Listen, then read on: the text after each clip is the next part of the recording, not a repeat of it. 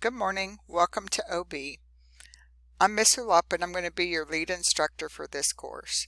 It's going to be an extremely fast-paced course. Everybody has an equal opportunity to be successful.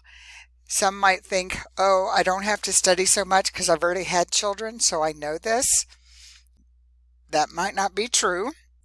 You might think that you're at a disadvantage because you haven't had children. That's not true. And you might think, well, I'm a male, I don't know anything about this, so I surely can't do well. And all of those are false assumptions. Everybody can do well. We're going to provide you the tools you need to be successful. We're going to walk through this pregnancy just like a woman goes through her pregnancy. We're going to start before she ever gets pregnant. We're going to talk about the early prenatal time frame, those prenatal appointments, how to maximize the health of the pregnancy to have potentially better outcomes. We're going to talk about labor and delivery. We're going to have some high-risk conditions that we're going to talk about. Labor and delivery, then the postpartum time frame and the recovery time frame for mom. And then we're going to end the course talking about our newborn. So let's get started. So one of the really important basic concepts that I want y'all to understand is that preconceptual counseling and preconceptual health care is a very important part of the childbearing year.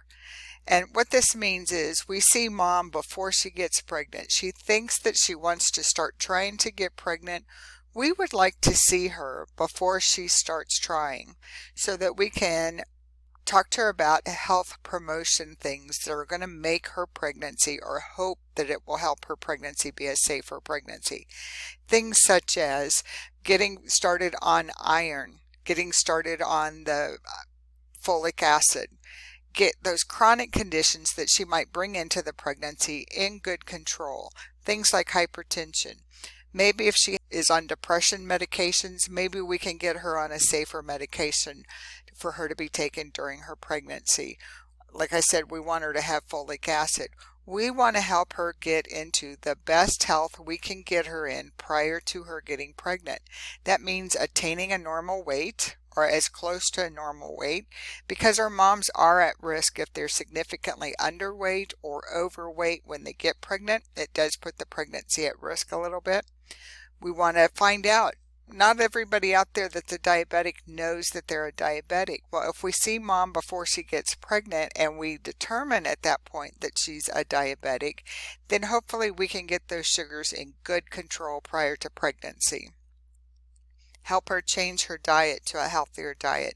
Talk to her about maybe stopping smoking, not to drink while she's attempting to get pregnant and during the pregnancy. Stop some of those illegal drugs. And what we have to understand is it's not just illegal drugs that are going to be a problem in the pregnancy. It's also the medications that we prescribe for her for everyday disorders. There are some medications that are just going to be more safe during the pregnancy than one she might currently be on. So what is fertilization? One, you need to understand fertilization is the same thing as conception. It requires a favorable vaginal pH and favorable cervical mucus. And as mom gets closer and closer to the time for her period, the mucus that is normally there at the cervix actually turns to a more watery consistency. And that's good because that's going to allow the sperm to get past that mucus defense and have access to the cervix and up into the uterus. It requires, like I said, access to the cervix. It requires mature sperm, and fertilization occurs in the ampulla, or the outer 1/3 of the fallopian tube. You don't really have to know this. I just want you to realize that once the egg and the sperm get together, they immediately start this very, very fast replication and dividing and cleaving and dividing and cleaving. And as it develops and as it goes through the fallopian tubes, it develops more and more, it divides more and more until it gets down here into the uterus. And then it's going to implant into the uterine wall, start embedding into that uterine wall at about 6 days after fertilization. This is just a big hairy picture that just shows you there is so much going on, and all of this stuff a lot of times happens long before mom even suspects or thinks that she may be pregnant. This is going to happen whether she knows it or not. So implantation, it's that mass of cells that reach the uterus about 72 hours after fertilization. About 7 to 10 days after conception or fertilization, parts of it start burrowing into the endometrium or the lining of the uterus, and that's known as implantation.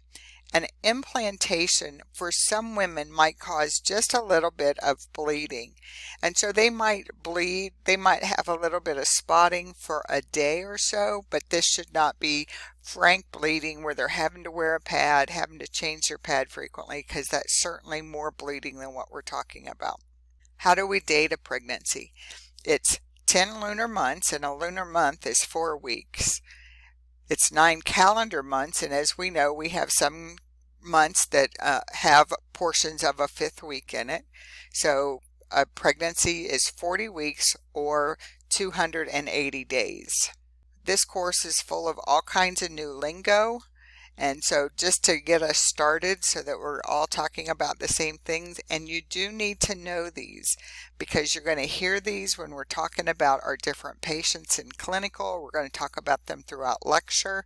So you need to know the definitions so that when I'm speaking in a lecture and I say something about the EDC, you know what I'm talking about. When you're in clinical and you hear them say when this mother's EDC is, you know what they're talking about. So EDC is estimated date of confinement. It's the same thing as EDD, the estimated date of delivery, which is also the same thing as the estimated date of birth.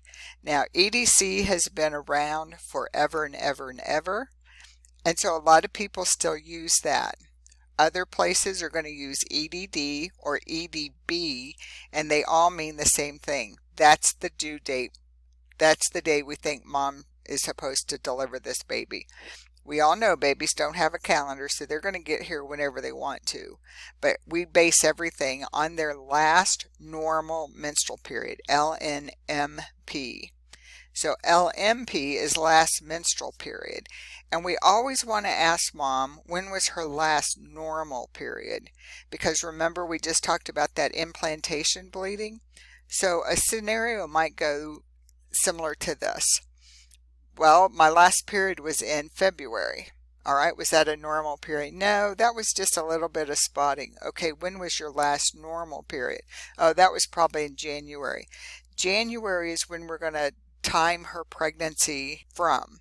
That little bit of bleeding in February, that was probably, she's going to call it a period, but it wasn't a normal period. But we all know that that might be that implantation bleeding. And then her EDC or her EDD, EDB, her due date is 40 weeks from the first day of her last menstrual period. The development of this embryo. Once this egg and sperm get together, and we've talked about how fast all this is replicating and how fast all of this occurs, it's part of all this development is we're eventually going to have amniotic fluid. We start out with a yolk sac. All of this division is going to develop into an umbilical cord. The umbilical cord is covered by Wharton's jelly. We're going to start having a placenta. It's going to start embedding. The placenta has different structures, functions, and we're going to talk about those as we go along a little bit. But that placenta is really, really important because it helps stimulate the human chorionic gonadotropin, the HCG, and that's the basis of almost all of our current pregnancy tests. And that's what's going to help all this happen. So continuing in our development of this baby and this embryo, we have a yolk sac. We said that's a secondary cavity that develops about day 8 and 9. It helps transfer all the nutrients from mom over to the baby. It also helps with the transport of oxygen during that same time frame. The heart begins to beat and circulation is developed in our fetus by the end of the 3rd week. And by day 14 after conception, the cord is now responsible for transporting all of the maternal nutrients back and forth to the baby. So that placenta is now transferring all the oxygen from mom to baby, picking up all baby's waste products, and it acts like the grocery store, bringing in all the food and nutrients and carrying out the waste products. So here's a picture of a yolk sac. Here's the beginning of the establishment of, this is the start of the establishment of the placenta. This is the umbilical cord beginning. But until that's fully developed, then we have this yolk sac that is providing nutrient to our baby. Again, here's another picture of the yolk sac, and here's the placenta that's fully developed, embedding into the uterine lining. Our baby is surrounded by membranes, and we have an amnion and chorionic membrane. Those are a maternal and a fetal side. The amnion covers the umbilical cord, and it fuses with the chorion on the fetal side of the placenta. And so it's always real confusing. Which one is the mommy side? Which one is the baby side? And if it helps, think about the amnion is the side that's filled up with amniotic fluid. Our baby is sitting there floating in all this amniotic fluid. And so the amnion is the side that covers baby because the amnion is containing the amniotic fluid. And when we talk about mom, her water broke, what we're actually talking about is that she's now losing this amniotic fluid. And then we have the chorion. The chorionic villi embed into that uterus and it becomes the placenta. And to help with that one, think about C for caring. The maternal body is caring for the nutrition for our fetus. So here's a picture of our placenta. This is the fetal side. If you notice these blood vessels right here, these are all getting the blood from mom in this placenta, and all these are kind of merging together to provide the blood flow through the cord. And so this white that's covering the cord, all the vessels, the 3 vessels in the cord, that's what we call the Wharton's jelly. And frequently when we think of jelly, we think about like the jelly that we put on our toast, and that it's really easy to break and smear on the toast or whatever. And if I was naming this, I probably wouldn't name it jelly, because this is really, really tough fibrous material. So it's not easily torn or disrupted. And then here's a picture of the amnion and the chorion together. They are 2 separate structures. However, they're very closely merged, kind of like a chicken skin and the chicken. They're two distinct different things, but they kind of attach and stay connected until you work at it to pull them apart. So the red rough side is mom's side. This smooth white side is our fetal side. Again, here's our umbilical cord. Here's the blood vessels coming from, that's carrying all the goodies from mom to the cord. They're also picking up all the waste products from the baby, so CO2 and all the waste products, so that mom can get rid of it. And then this is just showing you the fused amnion and chorion again. So we talked a minute about amniotic fluid. So what is it? It's what this baby floats in, and it's derived from fluid transported from mom. It's because of healthy blood flow in that placenta. As this baby grows and develops, a lot of this amniotic fluid comes from the fetal lungs and the fetal urine. The majority of it is fetal urine. So we have to have an intact fetal renal system in order for this to happen. The fetus swallows and then urinates in ever increasing volumes, so that by the time mom gets to term, baby is floating in between about 700 to 1,000 mLs worth of this amniotic fluid by the time she gets to term. We can have some abnormalities related to that amniotic fluid. And so when we have too little amniotic fluid, less than about 500 mLs, 300 to 500 mLs, depending on which source you look at, of amniotic fluid, and that typically means that we either have a respiratory or a urinary system disorder. If it's later in the pregnancy, we've had healthy amounts of amniotic fluid throughout this whole pregnancy. Now, toward the end of the pregnancy, we're seeing decreasing volumes of amniotic fluid. That is frequently a ureteroplacental insufficiency problem. So we need to increase perfusion through the placenta in order to have better amniotic fluid.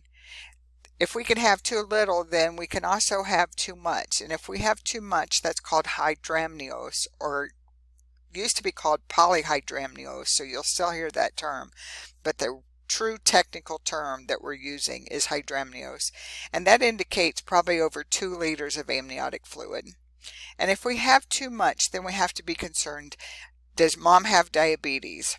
Do we have a neural tube defect or some other type of central nervous system disorder?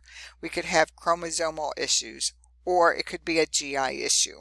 And so this amount of fluid is telling us the health of this pregnancy just by being able to determine the volume of amniotic fluid, and we do that via ultrasounds. So what does it do? Well, it helps keep this baby warm, but it helps this baby float, and it kind of keeps the uterine wall off this kiddo so that the baby can stretch and move, and that helps them develop their muscles. They have to have all this fluid so that as they're breathing in and out, and yes, they breathe while they're in utero, and they're breathing in this fluid and they're exhaling this fluid, and that helps develop their lungs.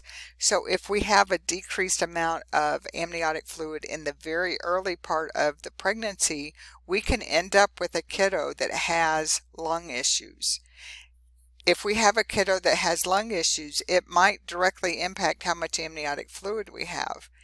Keep in mind, I said that a lot of the fetal urine, a lot of the amniotic fluid is fetal urine. So if we have a fetal renal issue, and that's why we don't have very much amniotic fluid, that can lead to a pulmonary issue in our kiddo, because this kiddo did not have enough amniotic fluid to grow and stretch his lungs through that practice breathing. So we have kiddos that have hypoplastic lungs when they're born.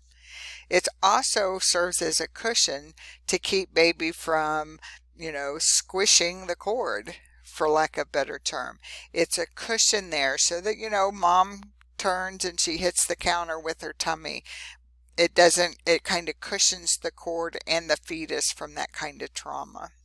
There's 2 arteries and 1 vein. The 2 arteries carry the blood away from the fetus to the placenta, so it's the deoxygenated blood. Our umbilical vein carries the oxygenated blood to our baby, and we said that Wharton's jelly that surrounds it is what prevents that from becoming compressed. So this is just a picture. You're never going to have to define what all these pictures are and what all these structures are. But this is the fetal side, and so this is the placenta down here. This is the placenta bed. And so as mom's blood pumps, her heart pumps, she's going to squish blood into these little, we call these pools. This is going to be full of blood, and through osmosis and all those things that you learned in biology, it's going to either be active transport, diffuse, whatever. The oxygen's going to come across, the nutrients are going to come across, the cigarette smoke chemicals are going to come across, the alcohol is going to come across, and then the CO2 and all the baby's waste products are going to diffuse back across here. Then the blood's going to be, as the blood is pumped, it's going to wash out, so mom will carry off all baby's waste products. This is a very poor membrane though. It's kind of like the blood-brain barrier. Almost anything, in fact probably everything that mom takes into her body will diffuse across this placenta somehow and get to our kiddo. So the embryo and fetus, the embryonic stage lasts from about day 15 through about 8 weeks after conception. And at that point, all the organs are developed. So the heart's there, the lungs are there, the kidneys, the GI system, the bones, the muscles, all of those are there by about 8 weeks after conception. And so from that 8 weeks through that 40 weeks or through the due date, those organs are now just going to mature and function and form, but they're all already there.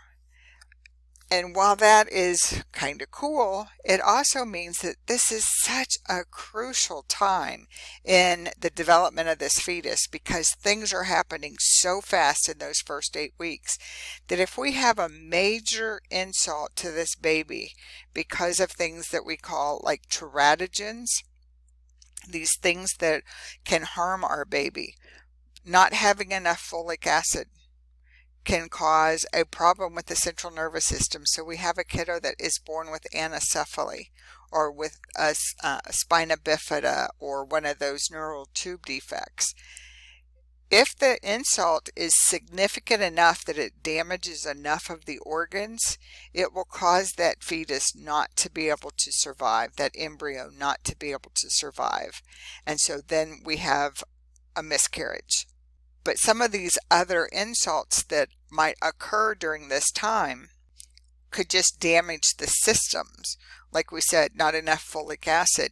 It may not cause a miscarriage of a fetus because of a malformation, but our baby is going to be born with a neural tube defect because of what happened during this embryonic time frame, during this first 8 weeks after conception. We talked about a teratogen. So what is really a teratogen? It is something that's going to affect our kiddo to the point that it could insult a system enough to have it have a problem.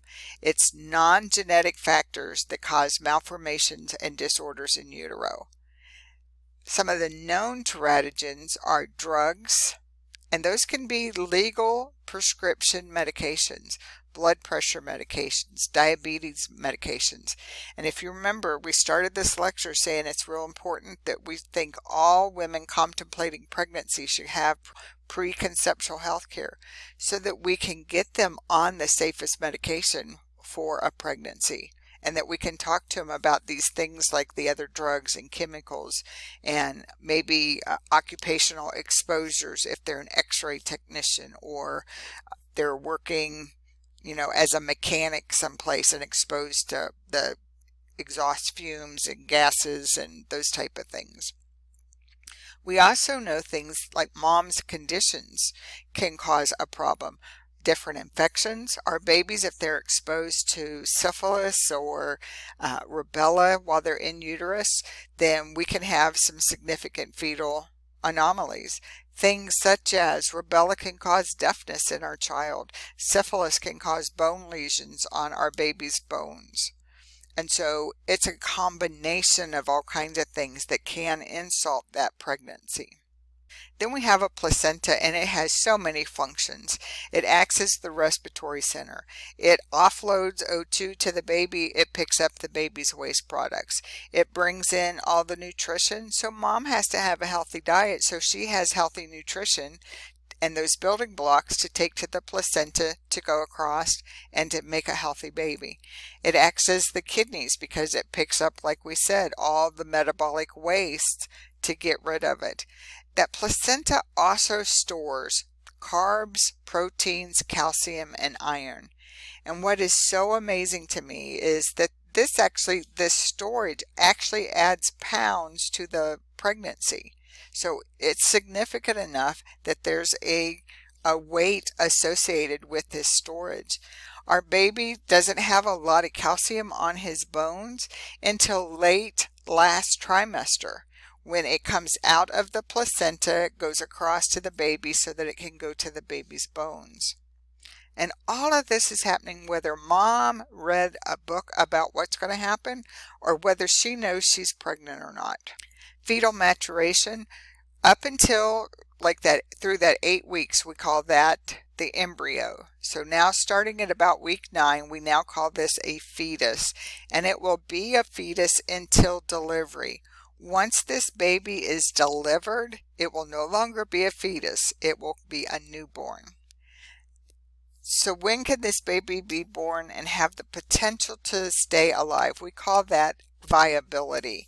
It's the capacity to be able to live outside the uterus, and currently that's about 23 to 24 weeks. Now, I'm not sure in what is happening outside the Metroplex so much, but I do know that we have one hospital in the Metroplex that is attempting, with some great success actually, to save these babies at 22 weeks. And so they will attempt to save them.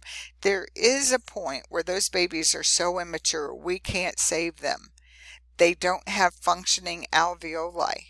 Without functioning alveoli, and that doesn't happen until 22, 23, 24 weeks, there's no way we can keep this baby alive. There's no way for that baby to exchange gas if they don't have alveoli. And so this hospital is attempting to save those babies and has had some success. So we will probably see this change. Does it mean every baby born at 22, 23, 24 weeks will survive? Not at all. So one baby might survive at 23 weeks. This other baby might not survive even at 25 weeks. Our babies mature from the head to the foot. So their brain develops, then their heart and their lungs, and in that order. Their gut matures at a later time. Their kidneys mature at a later time. You don't have to memorize this. I just want to show you that there are different time frames when insults occur and whether it's going to have an effect or not. So over here, if we have an insult to our neural tube, to our central nervous system, if we have an insult up through about 16 weeks, early on, we're going to have a neural tube defect. Once that neural tube has closed, we can no longer cause a neural tube defect, nor can we fix it if we try to fix it after that, so after about 8 weeks. But after that 8 weeks or so, if we still have those central nervous system insults, then that can lead to mental retardation. And alcohol would be a prime example of that. And so our heart is going to have some issues if it's insulted prior to about mid-6 weeks. So different organ systems are affected at different times. And once that organ system is finished, so like by our heart, if we haven't had an insult prior to our 8 weeks, then we're not going to have a heart defect. We're not going to have an upper or a lower limb defect if the insult comes after the 8-week time frame. Fetal circulation, it's very different than what it is in a newborn and what we're used to hearing. Because remember, even the umbilical cord is different. So the arteries carry deoxygenated blood and the vein and the cord carries the oxygenated blood. But in our baby, they have shunts in their heart. So the blood doesn't come into the right atrium, go to the right ventricle, go out to the lungs to get oxygenated, and then comes back into the left side of the heart. It doesn't have to do that because it doesn't have to go to the lungs to get its oxygen. Where's it getting its oxygen? Getting it from the placenta. So there is blood going out to the lungs, but it's just to keep the lung tissue itself healthy. It's not going to the lungs to pick up the oxygen. All that has to reverse and switch once this baby is born. Respiratory system, formation of structures begin about week 4. They start those respiratory movements by week 11. So during week 16 to 24, and I'm not going to ask you to, okay, when is the respiratory system, does it start? I'm not going to ask you all that. I'm giving you this information just so you can see why insults at different times can cause problems and why when babies are born early, we may not be able to do something to help them. So week 6 through 24 continues to differentiate the different structures, meaning the bronchi, the bronchioles, the alveoli. Functional alveoli and surfactants start at about week 24, from 24 weeks to term. So some of our babies might have enough functional alveoli that with help with some artificial surfactant along with their own, we might be able to save them respiratorily. But if this doesn't even start to differentiate into the different structures, then we can't save a baby at 16 weeks. They don't have lung structures in order to sustain life outside the uterus. Fetal lungs produce the amniotic fluid that we talked about that helps inflate those alveoli and keep them open. The good news is, it's like, oh my gosh, we think about this baby with all this lung fluid. Well, that's good because it helps develop their lungs. All that lung fluid, a lot of that is squeezed out during a vaginal delivery. So it gets rid of about a third of that fluid. Our babies that are born via a C-section, if they haven't undergone labor, might have more fluid in their lungs, but a lot of times it's not something that they can't overcome once they're delivered. Pulmonary surfactant, we said, starts at about week 24. If mom is under chronic stress, so our baby is under chronic stress, maybe we have an unhealthy placenta, maybe mom's smoking, one of those kind of things. Maybe she's hypertensive, so we have poor perfusion through the placental bed, causes hypoxic stress in our fetus. It's going to increase and enhance fetal lung maturation. Gestational diabetes and chronic glomerular nephritis, which is not easy for me to say, may decrease the amount of maturation of those lungs. Surfactant decreases the surface tension in the alveoli, and that surfactant is required in order to keep the alveoli open once this baby is born. So they have some that they are born with, and we said that these kind of things can impact how much surfactant these babies have. The good news is we have surfactant that we can give these babies to help them if they need it, if they're born early. Neurosystem, what should mom be taking to protect her baby's neurotube? That neurotube closes between 17 and 30 days. Damage can occur to the central nervous system because of the teratogens that we talked about, infections, trauma, poor nutrition. Those kind of things can impact that central nervous system. Hemopoiesis starts at about week 3. There is some blood being formed in that yolk sac.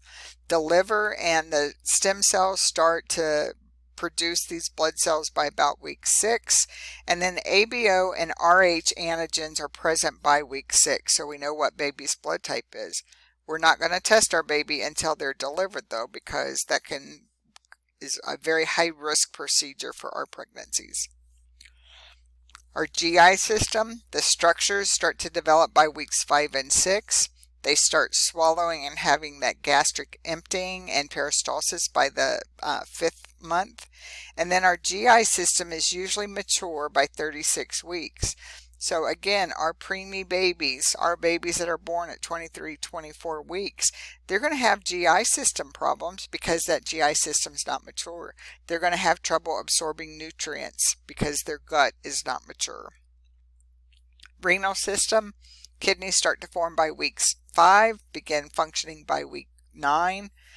We talked about the urine is a large percentage of what that amniotic fluid volume is made up of. Kidney function's not required by our kiddo until right after birth. And so starting at birth, mom can no longer filter all the toxins and things. So baby is going to have to start getting rid of those things through his kidneys immediately after birth. Reproductive system, our male starts getting testosterone, helps develop the male genitalia by the end of the embryonic period. Testes descend down into the scrotum by about week 28. That's one of the things that we determine, and we'll talk about this in our newborn lecture, but that's one of the things that helps us tell how old this baby is if we don't know what the gestational age is. If they're born and they don't have testes down in the scrotum, then we assume they're extremely preterm and they're younger than 28 weeks gestation. Our female, they start developing their eggs by week 16. Their endometrium can respond to mom's hormones. So sometimes after delivery, when those hormones that they were getting from mom cease, then they can have what we call pseudo menstruation. So they have a little bit of mucousy discharge that's a little bit blood tinged, or they can have witch's milk. And those are just a withdrawal from mom's hormones. Those won't last for but a day or so, and then that will go away. Musculoskeletal system, the bones and muscles are developing by week 6, and they're actually moving in there by week 9. Mom can't always feel it because the gym is so big and the baby is so small, she can't feel baby bumping into the uterine walls yet. We look at our baby's integumentary system. They have lanugo, and lanugo is fine. It looks like peach fuzz. It appears at about week 12, covers the fetus completely by about week 20, and then it starts to thin by about week 28. So again, when we're looking at our term and preterm kiddos, when they're born, our preterm kiddos have a lot more lanugo. It's almost completely gone on our babies by the time that they are born at term. They have vernix. It's a real thick, greasy, cheesy kind of coating on their skin. The best way that I can think to describe it is like somebody took some Crisco lard and just smeared it all over them. We don't really know what that's there for, but it's probably a skin protectant for a baby that's floating in amniotic fluid for 9 months. It's important to keep all these milestones in mind as we talk about the normal and high-risk conditions in the weeks to come, because if we have insults at certain times in our pregnancy, then it's going to impact our fetus. It's not just a maternal health issue. It's important to keep in mind when these things are maturing, so that when we see our newborn that has issues, or we know what a known pregnancy risk factor is, then we can anticipate what might happen with our fetus once it's here, so that we're prepared if this baby is born too soon.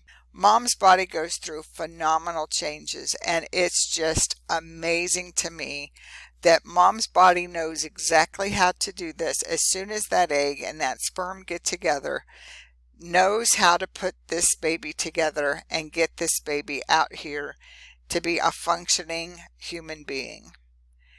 It's amazing enough that these two cells know how to divide and conquer enough to be able to be a heart, or to be a toenail, or an eyeball. But to be an eyeball in the right place, to be a toenail in the right place, to be cardiac cells that are put together in such a way that somebody took charge and says, I'm going to be the pacemaker, I'll get us all going. All from 2 cells, and they just know what to do so that we have this kiddo.